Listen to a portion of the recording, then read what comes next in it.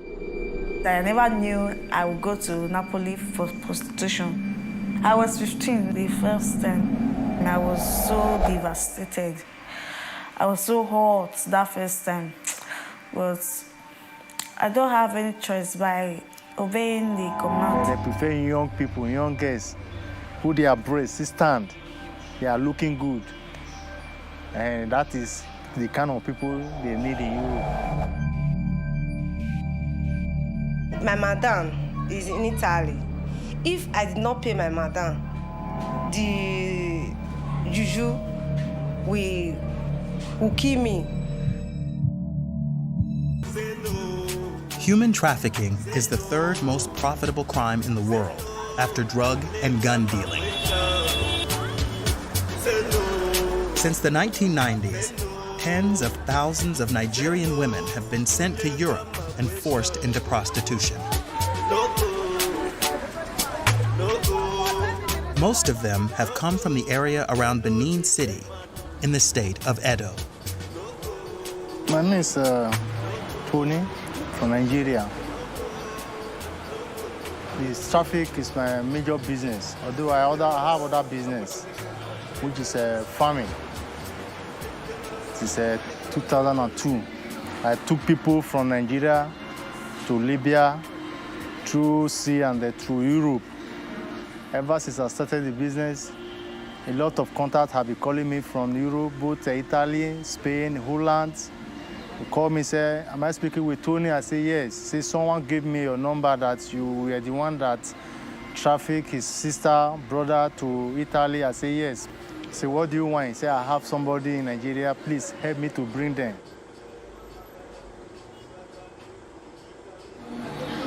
My name is Blessing. I'm 20 years old.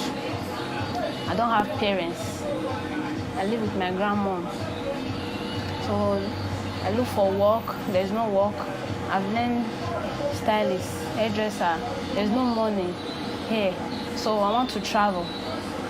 I had my bag there. So I'm ready to travel. So I could make money to take care of my grandma. I went to Libya before. I came back December. I'm traveling back to there, to Libya. So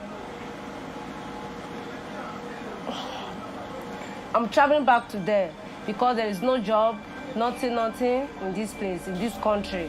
So I want to go back. I'd rather die there. It's better for me to die there and die here. It's better for me to go.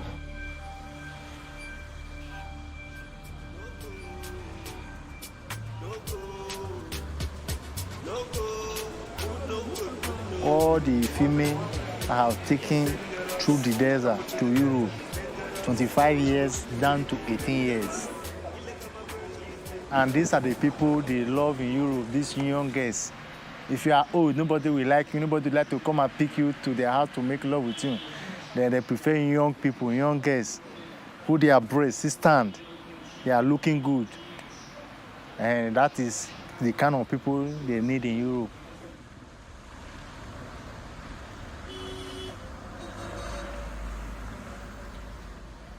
Even the one you are interviewed today, they are just 20-something years.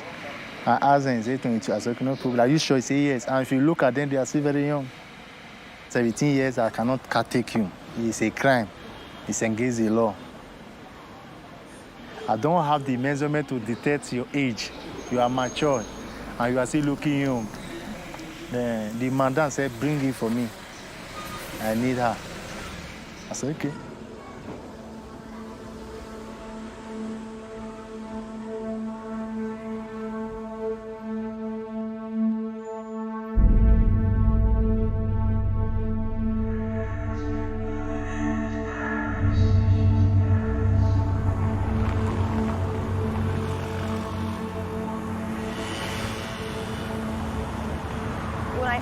When I first got here in Alexandria, I started working here the first day, just in front.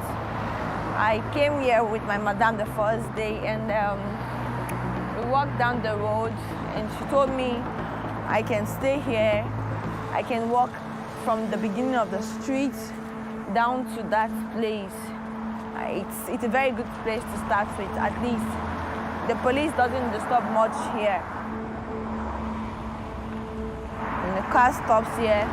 That's the garden I take them to. Just this place. I'm not very comfortable. I'm shivering. It's not a good experience. I really don't wish to go back to it.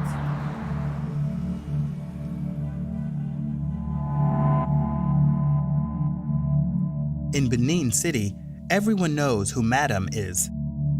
She's a pimp based in Europe who takes Nigerian women to work for her. Madam pays traffickers to bring young women across the Sahara and north to the Mediterranean. In Europe, she ties them to trafficking by means of financial debt, violence, and a curse, or juju, performed in Nigeria. My madam is in Italy. If I did not pay my madam, the juju will kill me, except I pay her the money. So when I pay her, I'm free. If I did not pay her, the juju started following me everywhere I go. So the thing will cause madness. It cause madness. It's real. It's real.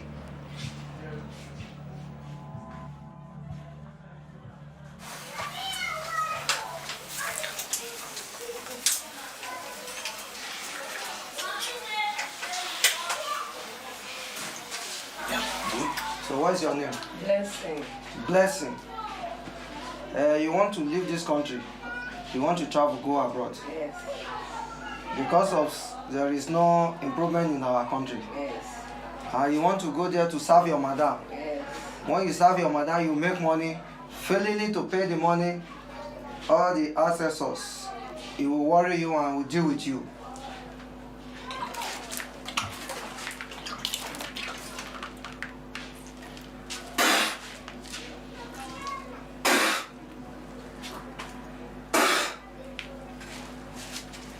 Make sure you pay your madam. So all the juju and the assessors that here is looking at you. Try to pay.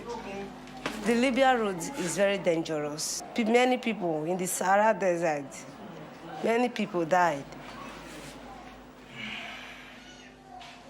It's because of hungry, tasting, stress. Maybe they don't have money to eat.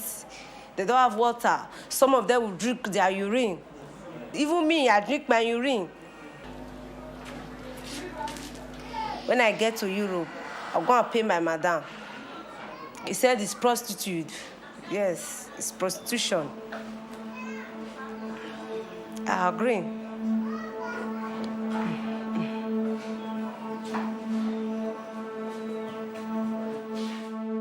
Sometimes when you go there, they come with a knife that they don't have money to pay you, and you have to make love to them.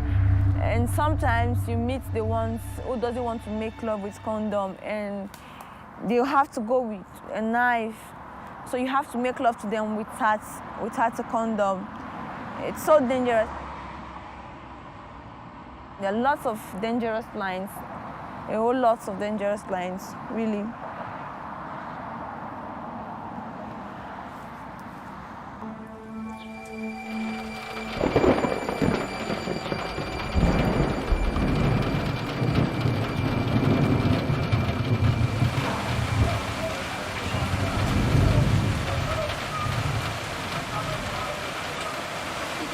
It pains when I think about it, so I don't want to talk about it. When I went to Italy, 2014, February 28th, I stayed 2 years and 8 months because she told me I'm going to help her in the domestic work. She didn't tell me it's that work. When I get there, then I asked her, where is the business you say I want to be doing? She said, I see other girls the way they do, so that is the same business I want to do. Me, I told her, but this is not the type of business you told me. So she was shouting at me, like beating me up. So I don't have any other choice than to do it. That is it. It's as a result of me telling her I will not do it. So she injured me in the process. So they forced you? Yes.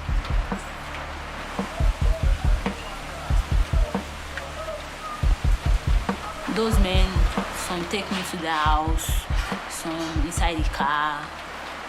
The men, they were paying me. If I go to them in their house, they pay me €100. So if I do it with them inside the car, some 50, some 30, some 40, some 20. I was not happy giving her. So it was not easy.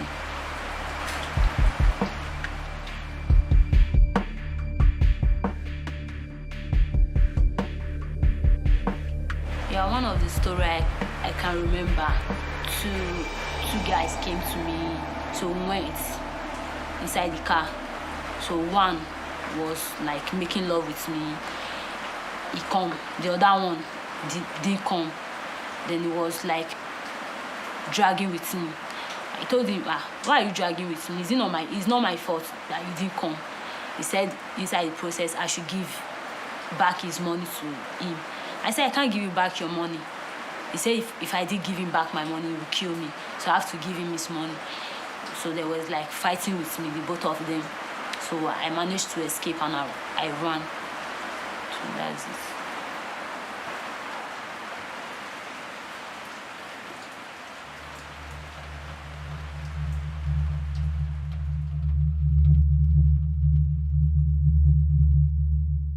Nigeria is home to more than 200 million people. Less than 10 million of them live in the small state of Edo. Edo has its own deep-rooted culture. It was the seat of power of the ancient kingdom of Benin. The traditional king, the Oba, is still highly respected. The king has used this respect in the fight against trafficking, including by putting a curse on the traditional priests who participate in it. Going to continue to fight against human trafficking. I was particularly not happy when I saw on CNN Benin Kingdom, Benin City being described as the hub of human trafficking. We had to change that picture. But human trafficking has strong roots in the area.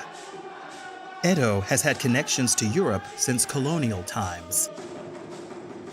Edo Delta State are culturally a polygamous society, where men marry many wives. And the women over the years have learned to take care of themselves and their children. So every woman in a husband's house fends for herself and for her children. And the women are the breadwinners. In Edo State, the women are very productive in trade, in commerce. Many of them travel to Italy, especially, to buy leather works, lace material. So they buy these fabrics and they come back home to sell.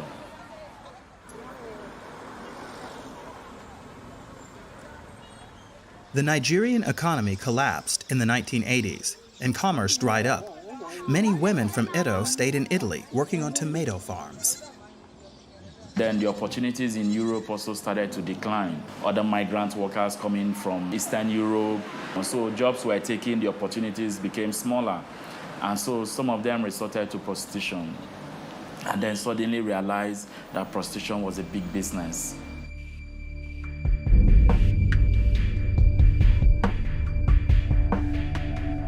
They started from their immediate families to recruit, and then take them there and put them in prostitution. So that circle started from the first generation of victims, became madams, and they were all coming back home, flaunting this wealth, and people around saw that they were doing well, and families wanted their children to be like that because they saw it as a way out of poverty.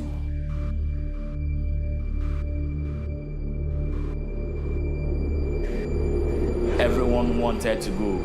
That was when the craze started.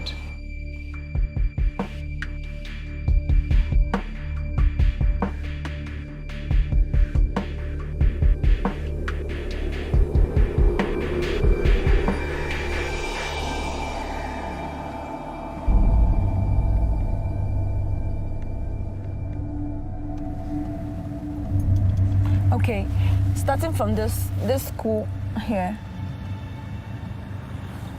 Wait, sometimes I stay here from this school and I walk it down the road. I lived in Benin with my family. I'm from a polygamous home. So we went and took the oath, agreed that when I come here, I'm gonna make money through a salon shop, which I thought there's a salon store here, just like it is in Nigeria. When I got to Sicily, and I called my mom. I told my mom, Mommy, I'm not going to go to the woman's place that I heard when you come here, you start prostituting instead of working, and there's no shop for me. But what happened was the madam that brought me here started threatening my mom. And she told me they called today, they threatened her that they're going to kill her to get me back. I need to pay the money that I used in coming, 30,000 euro. November 10, I got some message that my mom died that night. So it was obvious that it was because of me. They killed her. I was so scared. There's no family, there's no friends, just me alone. The husband came and started beating me. I have to go to work that same day. I had no choice. What killed my mom, I don't want it to kill me too. That night, I started working in Alexandria.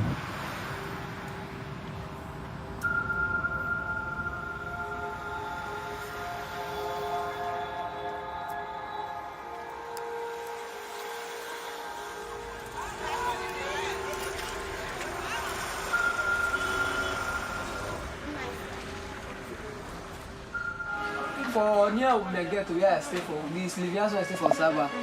Get the house, the back of the house now get now big upstairs, now connection the one that they also there. There's so many guests. They jubilee. And then the guests will get that come. And every year after a year she get even there. And that connection she come for the work. Talking about if you get to Gachon, you get to Saba, that is where they used to sell people. There are slave trade is there, they do slave trade there. So different trawler, there's smugglers come there to buy black. They sold her at the same way they sold me in that same place. That she was taken to a connection house. Here she was told to do prostitution.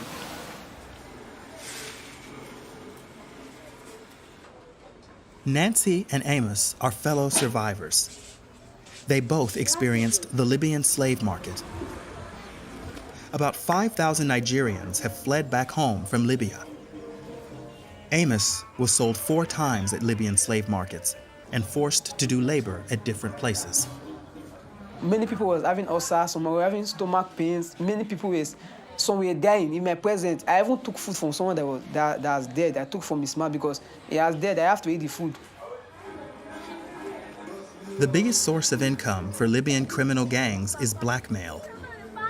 They extort money from families using torture. They will ask you of your number, the number of your parents in Nigeria. If you are from Ghana, they will ask you the number. They have enough card, they will just dial it. As the number is swinging, they will take the electric shock and put it in your anus. You'll be shouting, the thing will be shocking your body. As you are talking, they will be hearing it. So you'll be shouting, then your parents will be listening to your voice. And when you ask who is on the line talking, then you'll be the one and say, Mommy, it's me. As Amos escaped from his cell to get help from some UN workers, he was shot in the arm. A shot here. Spot.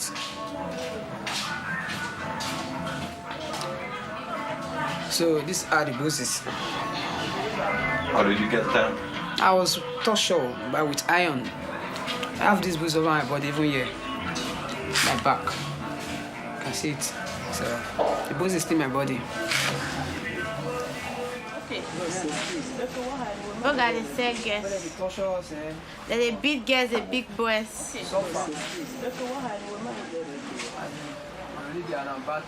A bad country.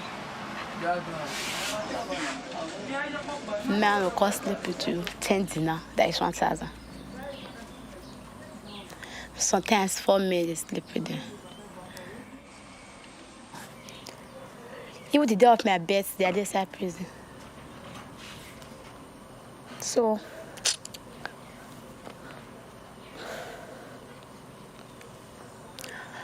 I'll not forget them.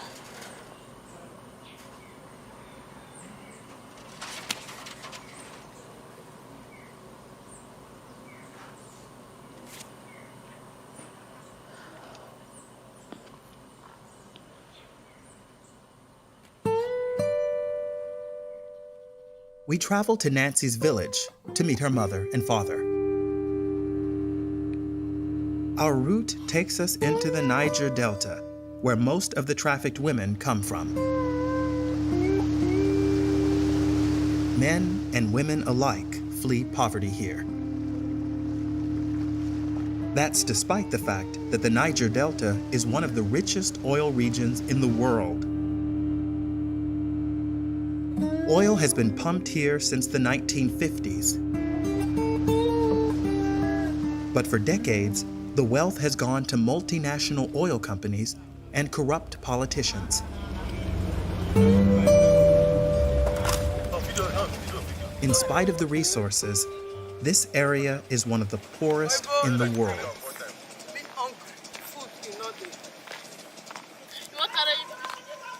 No, there's one thing about governor and the president. They want to see how some people they suffer. Because there are some people who live in the rural area, so they are suffering.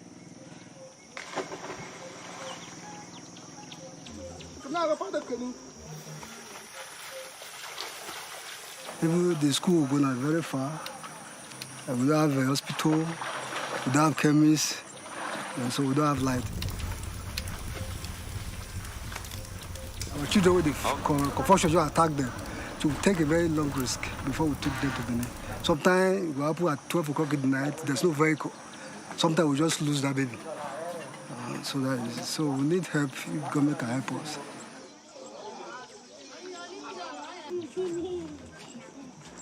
No work, nothing. Even the person manage to go to work, maybe at the end of the day you get small money, and that money not going to feed. That makes some of them, when they get the opportunity, that makes some of them go.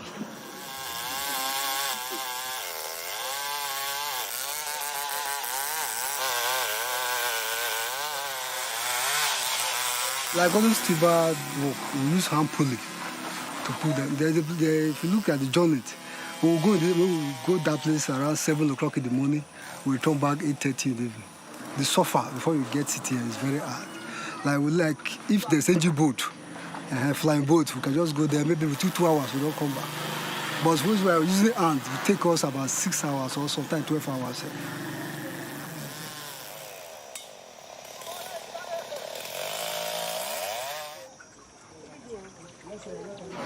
And like those people that travel because there's no job. Not everybody can walk in the river. Among the people die anyhow. There's a woman that traveled, when 1 or 2 of children travel, they lost it. They cry, forget. There's nobody you go to ask, say, how far? No. Sometimes the mother will just sit down, cry. See the parent and say, one day they will come. But whether it's alive now, we don't even know. So we can't tell.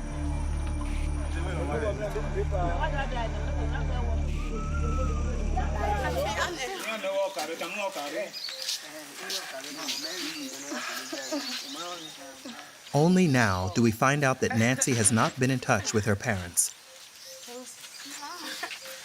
She ran away from home about 5 years ago. Her mother assumed she was long dead. Long time, many years. I don't see my picky again. I'm happy to see her. Because me don't know where he from come out now. I don't know where he go. I beg, you could help me. See my dad. Oh.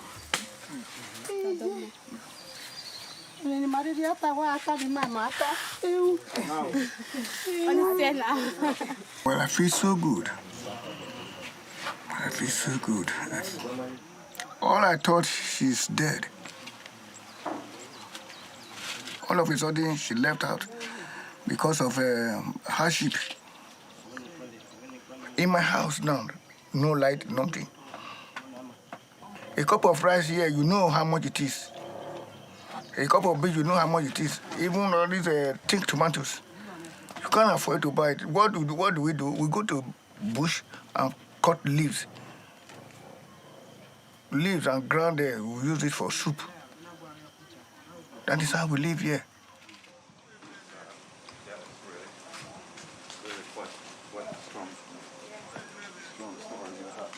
Now, I'm feeling good. I'm happy. Because I see my parents long time. I not call them, I not talk to them for they not see me. Were you afraid to call them, you know? Because I don't achieve anything. Wait carry me come off for us, I wish there nothing. So I don't feel come here empty-handed.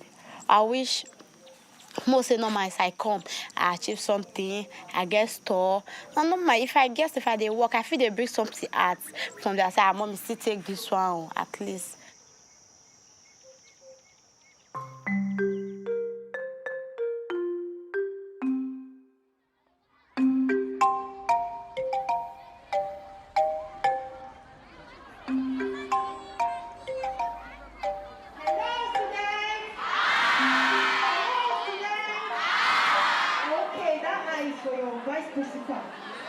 I want to ask a question. Has anybody ever heard of the word human trafficking? Yes. Human trafficking is the illegal trade of human beings from one place to another.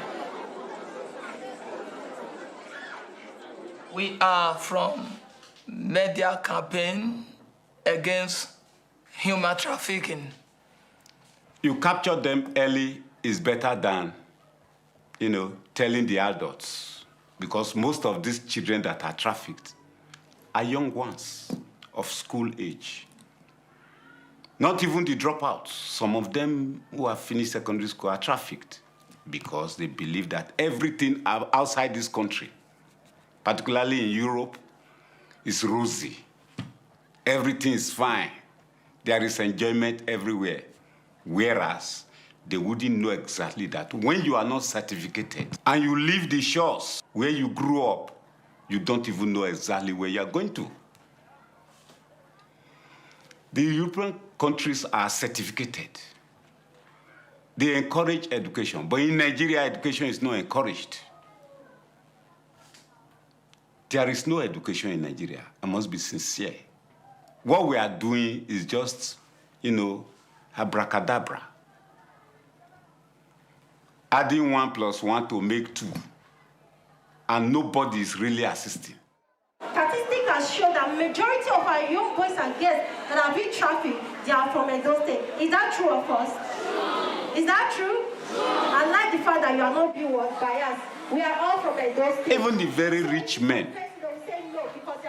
I don't want to call them politicians, but most of them politicians are the causes of this human trafficking.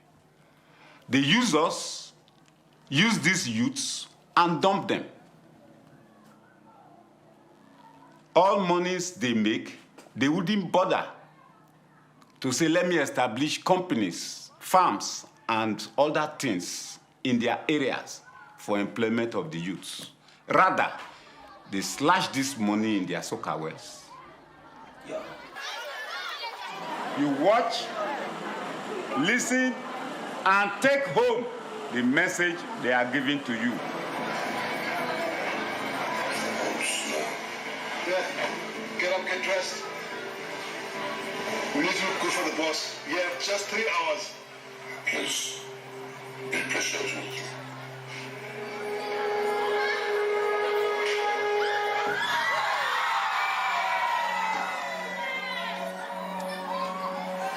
Anybody can traffic you. So, as students, you should be wise. You should be vigilant. If any offer is being given to you, you should sit down and ask questions.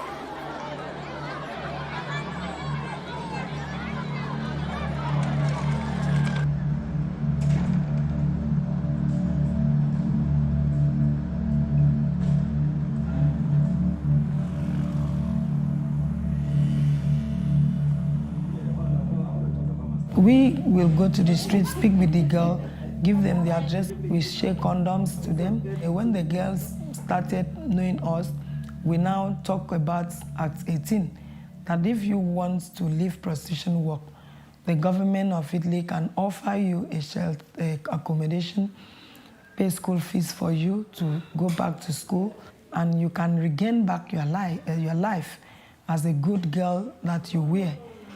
Because most of the victims, they did not know what they are coming to do. Though a lot of people argue that they knew, they did not know. Like me, I didn't know.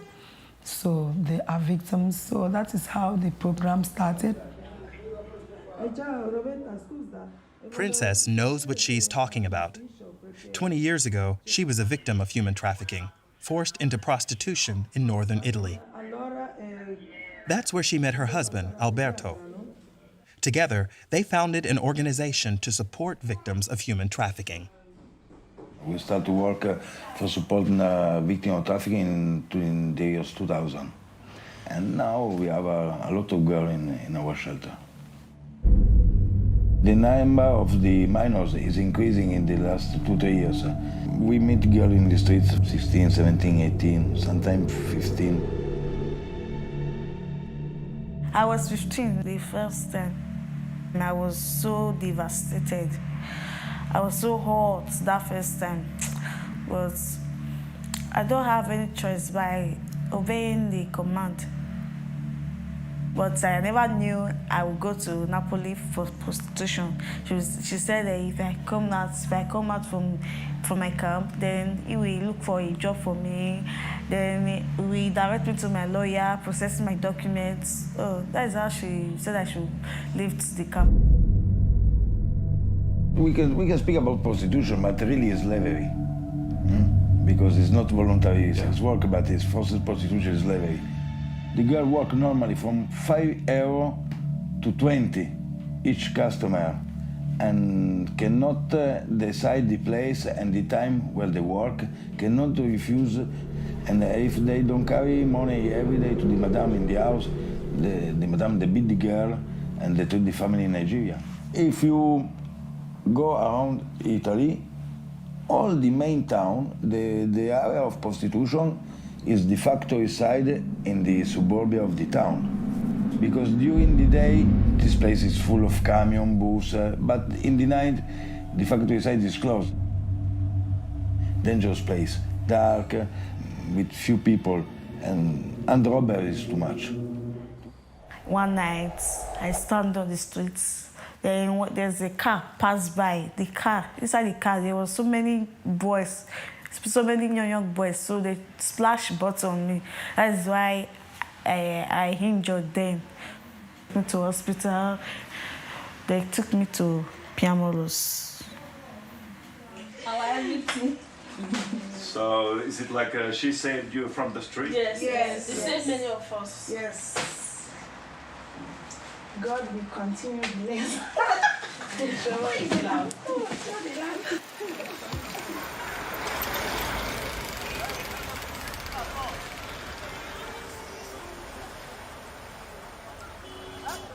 Edo State now has a task force against human trafficking, bringing together the most important authorities and organizations.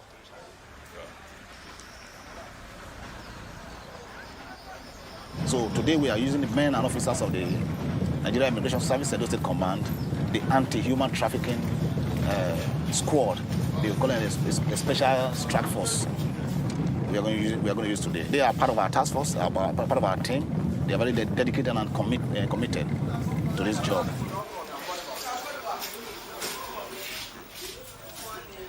One day earlier, a young woman returned from Russia. There, she had to bury her friend, who was apparently murdered by the women's pimps. They were promised jobs in Moscow, but ended up being forced into prostitution. I met this mama agent. So you know, asked me what kind of work I'm doing. I told her that I'm a nurse. So now tell me that there's work in Russia there, so I can go. If I go to Russia, So I will find a work there, working to change my life. It's okay, I agreed. They know that it's a prostitute. I want to go and do it there. So when I get there, so I don't have choice, so I'm not doing the prostitution.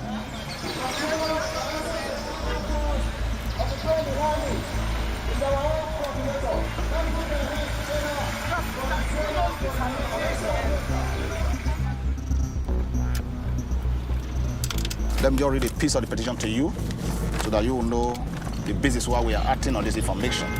All right, this is a petition. This is a petition. I signed it yesterday. It's a petition against Mama N, Papa N, the native daughter, for a case of murder, trafficking, and sexual exploitation. That is the case. The women were trafficked in summer 2018 with the help of passes to the FIFA World Cup. Now, we heard from her last on the 1st day of September 2018 when she complained bitterly over her being forced into prostitution by Madame and her husband, who threatened to kill her if she doesn't comply. They went to Russia with a pregnancy. Got to Russia, the Madame said she must abort that pregnancy. So the other one survived, and this one died.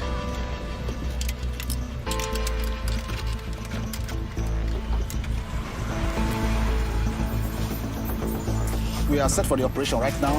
We are going to the woman's shop.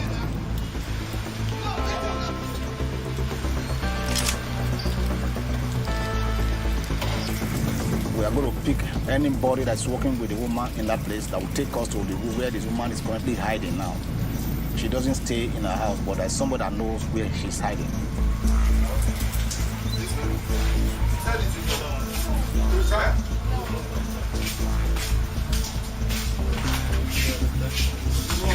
The barber shop, the hairdressing salon, and the supermarket belongs to the madam.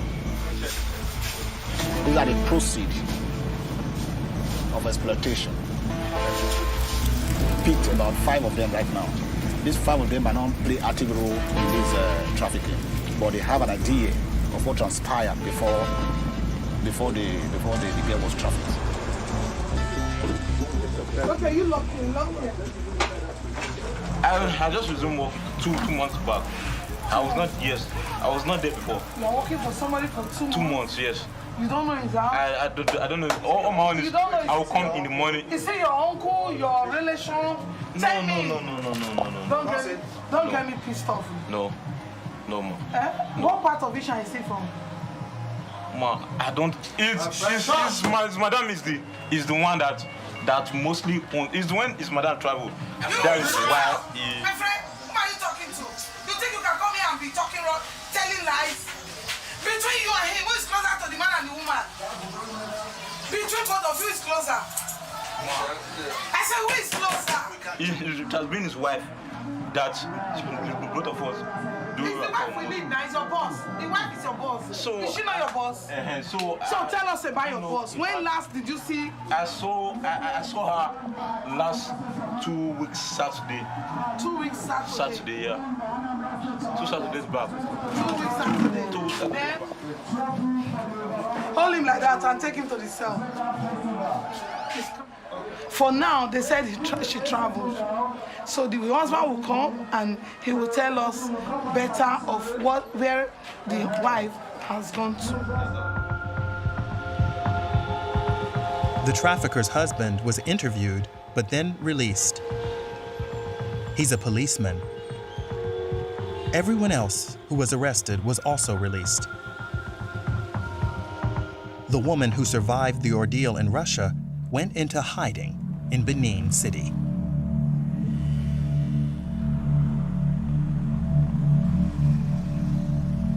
Everybody can be a customer, and the people that are going to see, they take the car, maybe they greet the wife and tell the guy, oh, I go to play in the bar or look a football match in the house of my friends.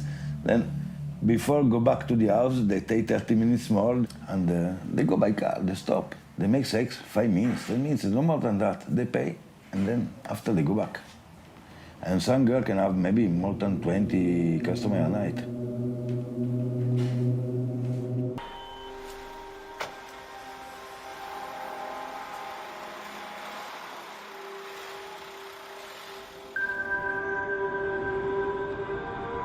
one day, they beat me up mercilessly. I could not bear it.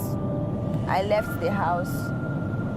They advised me to call the police, that if I don't call the police, the woman will end up killing me and nobody would know about it. So I picked up my phone and I called the police, and the police came.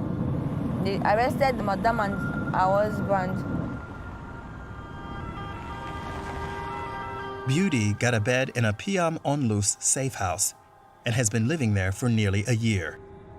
The little I get from Piamunus, the little I get here, I can send back home, and they are living a little bit better than the way they were living. I'm happy, I'm feeling better than I used to be. That's it.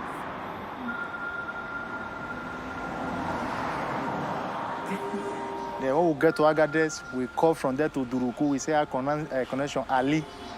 Ali is there to receive us. From there, we take to Libya. We see our people there to receive us in Libya. The crossing from the Libya, that is where my business ended. I don't go to water. Then when you get to Italy, you call me, I say, Alhamdulillah, thank God. Then I take my ticket, come back to Nigeria. Then my business is over.